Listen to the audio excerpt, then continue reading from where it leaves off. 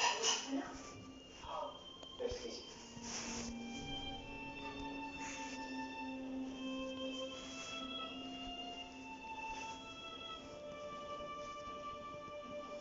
तो अब मान लो आगे धीरे हम लोग चले भाई साहब, ऐसे कैसे? मेरा मतलब है, इतनी जल्दी क्यों? हाँ भाई साहब, अभी रुक जाइए ना, अभी तो खाना भी नहीं हुआ। तो फिर खाना बहन जी, कब से खा ही रहे हैं, तो पेट में जगह ही तो नहीं। मैं था, आपके माता पिता का ठीक है, बैठे, उनसे भी